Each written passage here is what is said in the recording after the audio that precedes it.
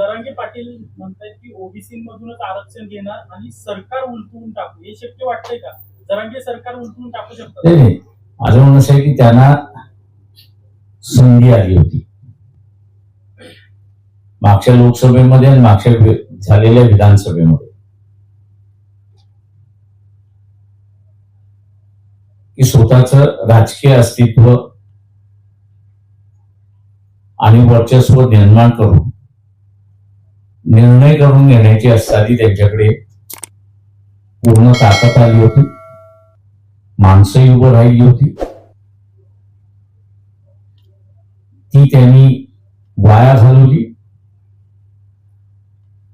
लोकांच्या उत्साहाला जोर देण्याच्या ऐवजी त्याच्यावरती पाणी फिरवलं आणि आता पुन्हा लढ्याची भाषा त्या ठिकाणी बोलतात. त्यांच्या आंदोलनाचं पुढे काय होईल? काय आपण एकच मिनिट याला रयतेच्या मराठ्यांसाठी लढा उभारला पाहिजे. गरजवंत मराठा नावाची टर्मिनॉलॉजी वापरली होती. नाही, रयतेतला मराठा ही माझी टर्मिनॉलॉजी आहे. तेवढंच गरजवंत मराठा असं नाही, गरजवंत मराठा माझा शब्द नाहीये.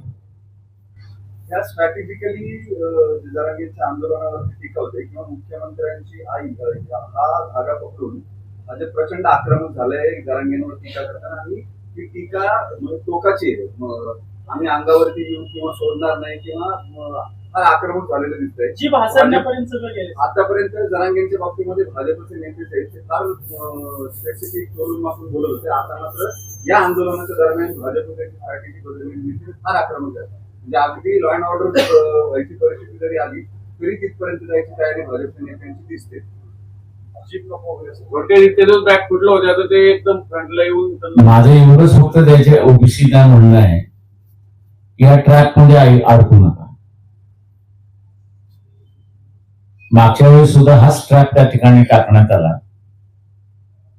आणि ओबीसीने स्वतःचं असणारं प्रतिनिधित्व विधानसभेतलं जे आहे ते कमी करून घेतलं अशी असणारी परिस्थिती आहे. आता सुद्धा जिल्हा परिषद पंचायत समितीच्या असणाऱ्या खेळामध्ये एका बाजूला जरांगे पाटील आरक्षणाचा लढा उभा करतात आहे आणि दुसऱ्या बाजूला शरद पवार यांनी असणारं ओबीसीचा असणारं इश्यू घेऊन मैदानात उतरलेले मंडल यात्रा काढलेली आहे. तेव्हा माझं ओबीसीला असं म्हणणं आहे की तुम्ही स्वतःहून स्वतःचं असणारं राजकारण करायला असणारं सुरुवात करा.